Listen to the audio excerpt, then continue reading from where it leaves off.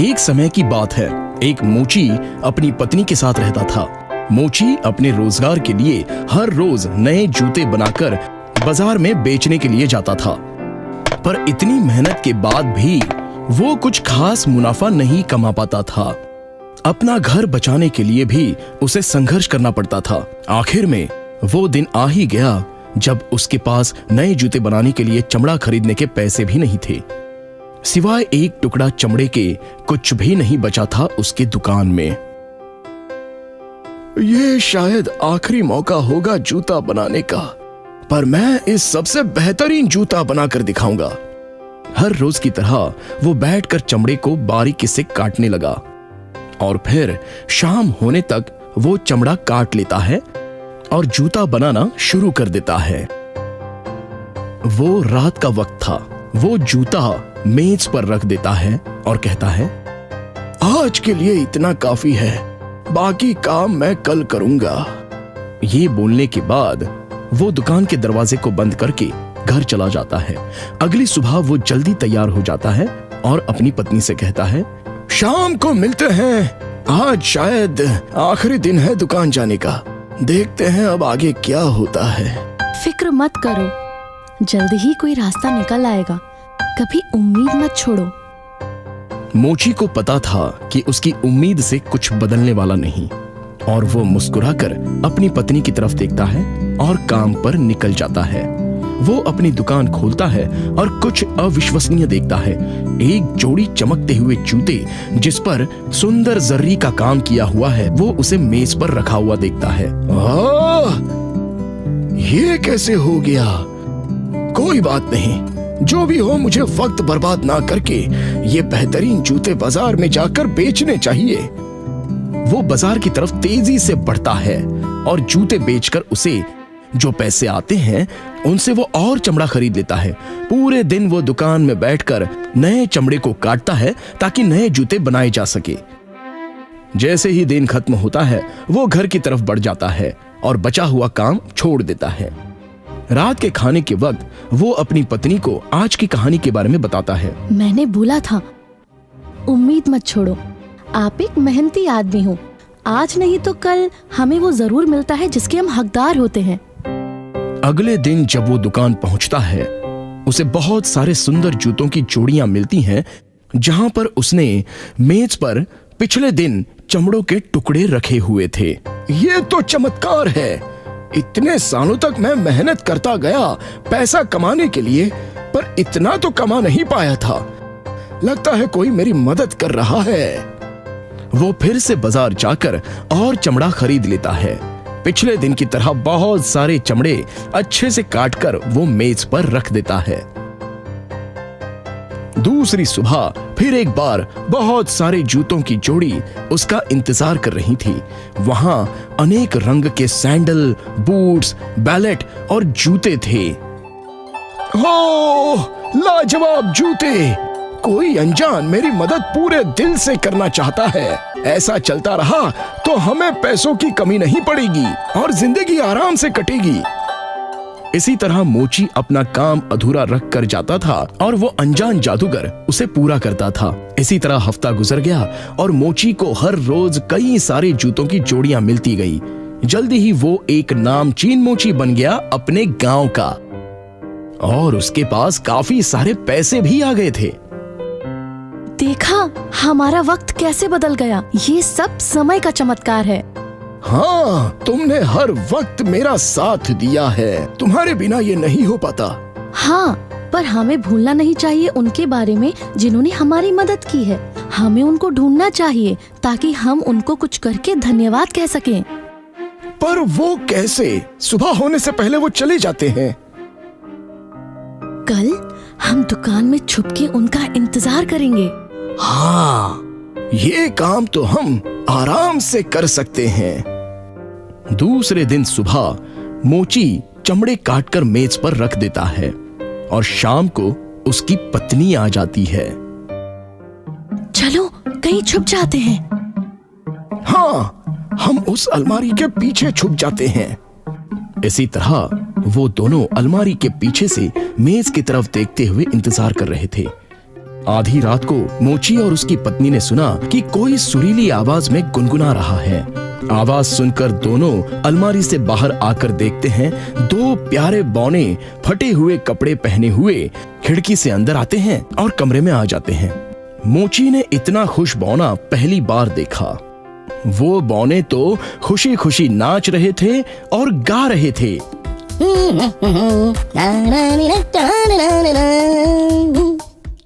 नाच गाना पूरा होने के बाद वो मेज के ऊपर बैठकर अपने जूते बनाने लगे। वो काटने लगे, सीने लगे, रंग डालने लगे और जरी भरने लगे। मोची और उसकी बीवी ने वो काम करते हुए बड़े आनंद से देखा। मोची उनका हुनर देखकर आश्चर्यचकित हो गया। बौने अपना काम पूरा कर चुके थे और वो खिड़की से कूदकर चले गए। अरे ये तो बौने हैं। हर रोज वो हमारी मदद के लिए आते हैं। हमें उन लोगों को धन्यवाद जरूर करना चाहिए। हाँ जरूर, पर हम उनके लिए क्या कर सकते हैं? वो लोग बहुत ही पुराने फटे कपड़े पहने हुए हैं। हम उन्हें कपड़े तोहफे में दे सकते हैं। ये बहुत अच्छी बात है। मैं उनके लिए नए जूते सी कर दूंगा। मैं उनके लिए गरम कपड़े सी के दूंगी। ये सोचकर वो दोनों तैयारी में लग गए। उसके एक हफ्ते बाद मोची ने दो प्यारे छोटे जूतों की जोड़ी सी दी और उसकी बीवी ने उन बौनों के लिए दो गरम कपड़े और गरम पैजामा सी दिया। देखो ये कपड़े और जूते उन पे कितने अच्छे लगेंगे। मैं बहुत ज्यादा उत्सुक हूँ ये देखने के लिए। कल तो क्रिसमस का उत्सव है। हम अपने दुकान को सजाएंगे और उनके लिए एक तोहफा मेज पर रख देंगे। दूसरे दिन मोची और उसकी बीवी ने दुकान सजाया, तोहफे मेज पर रख दिए और दोनों इंतजार करने लगे कि वो बौने नाचते गाते हुए आएंगे और वो कपड़े पहनेंगे। मोची और उसकी बीवी बहुत ही खुश थे। वो दोनों बौने आते हैं और मेज पर रखा हुआ सामान देखकर चौंक जाते हैं। आज का काम कहाँ है? देखो भाई कितने प्यारे कपड़े और जूते हैं। रंगीन भी हैं। मोची ने शायद हमारे लिए रखे होंगे। हमारे काम से वो बहुत खुश हुए होंगे। हाँ। चलो पहन के देखते हैं। और वो बौने उन कपड़ों को पहन लेते हैं और वो उन्हें पूरी तरह फिट हो जाते हैं। तुम बहुत अच्छे लग रहे हो और तुम भी अच्छे दिख रहे हो। बहुत अच्छे कपड़े हैं और ये जूते भी देखो कितने प्यारे हैं। मुझे उछलने का मन कर रहा है। चलो नाचते हैं भाई। इसी तरह खुशी खुशी वो दोनों नाचने गाने लगे।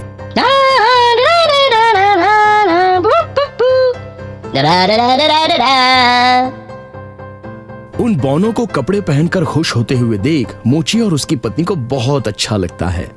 कुछ देर बाद वो बौने खिड़की से चले जाते हैं और गायब हो जाते हैं। मोची और उसकी पत्नी छुपी हुई जगह से बाहर आ जाते हैं। ओह, मुझे बहुत अच्छा लगा कि उनको ये गिफ्ट पसंद आए। ओह हाँ, ये तो जश्न की बात है। चलो घर चल के जश्न मनाते हैं। ये क्रिसमस की सुबह की बात है। मोची अपने हर दिन की तरह चमड़े काटकर मेज पर छोड़ देता है, पर जब दूसरे दिन वो अपनी दुकान पर जाता है तो उसे कोई जूते नहीं मिलते और ये बात वो अपनी पत्नी को बता देता है। वो बौने तो वापस आए ही नहीं। वहाँ कोई जूते भी नहीं थे। कोई बात नहीं, उन्होंने हमारी काफी मदद की है। शायद आपको अपने लिए पहले की तरह खुद से काम करना पड़ेगा। हाँ, अब तो मैं अपना काम समझ चुका हूँ। इतने दिनों में मुझे इतना तो पता चल ही गया है कि मेरे खरीदारों को क्या पसंद है। मैं फिर से बेहतरीन जूते बनाऊंगा। इसी तरह वो फिर से अपने काम में लग गया और वो वही चीजें बनाने लगा जो उसे बौनों ने बनाकर दी थी। वही अच्छे जूते और वही चमड़े की चीजें। एक गांव में एक सौदागर रहता था।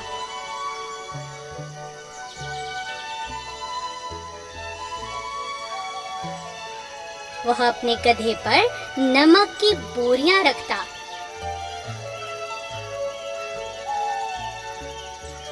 हर सुबह वह गधे पर नमक रख निकल पड़ता शहर की ओर।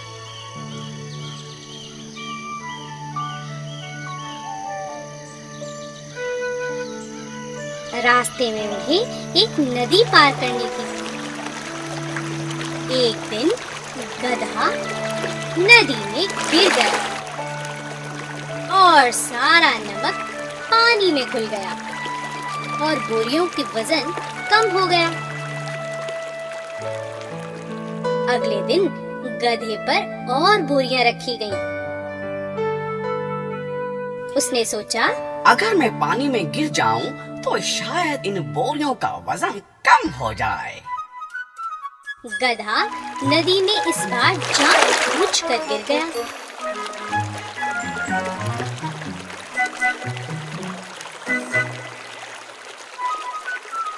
नमक नदी में घुल गया और बोरियों का वजन वापस से कम हो गया।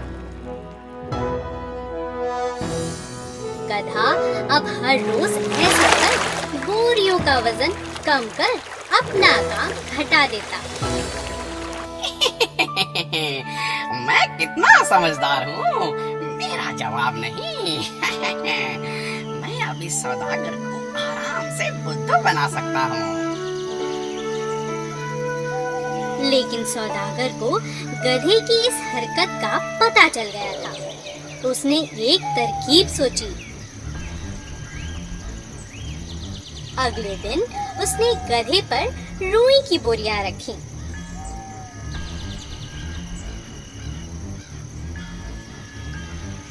गधे ने उस दिन भी यही हरकत की और जानबूझकर पानी में गिर गया।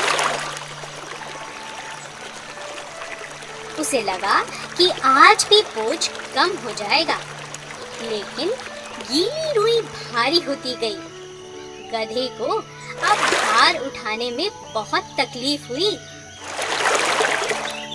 इस कहानी से हमें यह सीख मिलती है कि हमें कभी भी हमारा काम टालना नहीं चाहिए।